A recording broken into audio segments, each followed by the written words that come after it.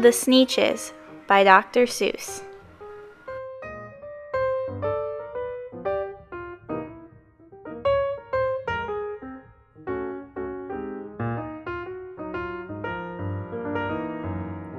Now the star-belly Sneetches had bellies with stars.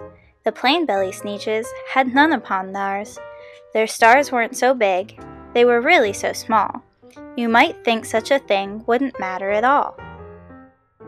But because they had stars, all the star-belly Sneetches would brag. We're the best kind of Sneetches on the beaches. With their snoots in the air, they would sniff and they'd snort. We'll have nothing to do with the plain belly sort. And whenever they met some, when they were out walking, they'd hike right on past without even talking.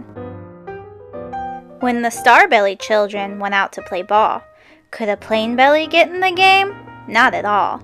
You could only play if your bellies had stars, and the plain belly children had none upon theirs. When the star-belly Sneetches had frankfurter roasts, or picnics, or parties, or marshmallow toasts, they never invited the plain-belly Sneetches. They left them out cold in the darks of the beaches. They kept them away, never let them come near, and that's how they treated them year after year.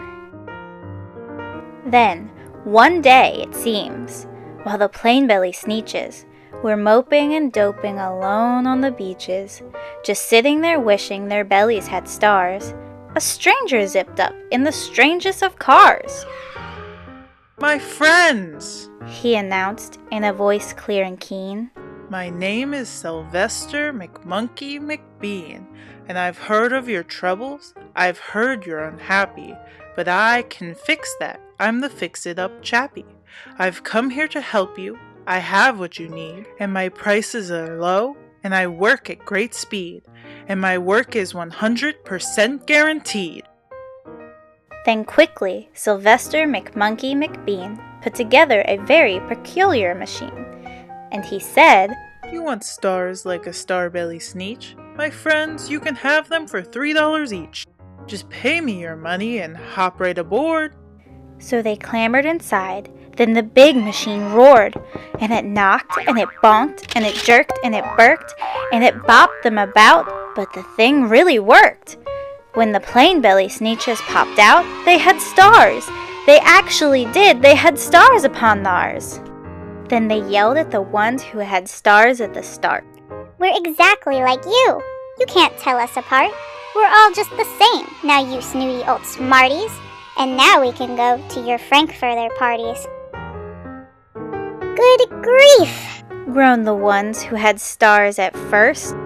We're still the best Sneetches, and they are the worst. But now how in the world will we know? They all frowned. If which kind is what, or the other way round?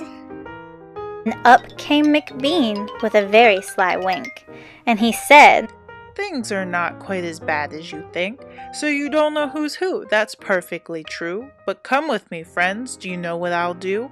I'll make you again the best Sneetches on beaches, and all it will cost you is $10 eaches." "Belly stars are no longer in style," said McBean. "What you need is this trip through my star-off machine. The wondrous contraption will take off your stars, so you won't look like Sneetches who have them upon theirs." And that handy machine, working very precisely, removed all their stars from their tummies quite nicely. Then with their snoots in the air, they paraded about, and they opened their beaks, and they let out a shout. We know who is who, now there isn't a doubt. The best kind of Sneetches are the Sneetches without. Then of course, those with stars all got frightfully mad. To be wearing a star was now frightfully bad. Then of course, old Sylvester McMonkey McBean invited them into his star-off machine. Then of course, from then on, as you probably guessed, things really got into a horrible mess. All the rest of the day, on those wild screaming beaches, the fix-it-up chappie kept fixing up Sneetches. Off again, on again, in again, out again.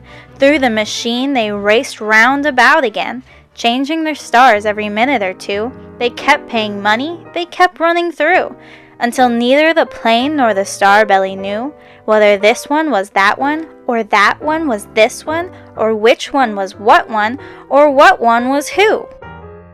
Then, when every last cent of their money was spent, the fix-it-up chappie packed up and he went, and he laughed as he drove in his car up the beach. They will never learn. No, you can't teach a Sneetch.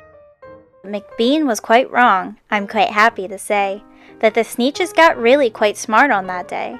The day they decided that Sneetches are Sneetches, and no kind of Sneetch is the best on the beaches.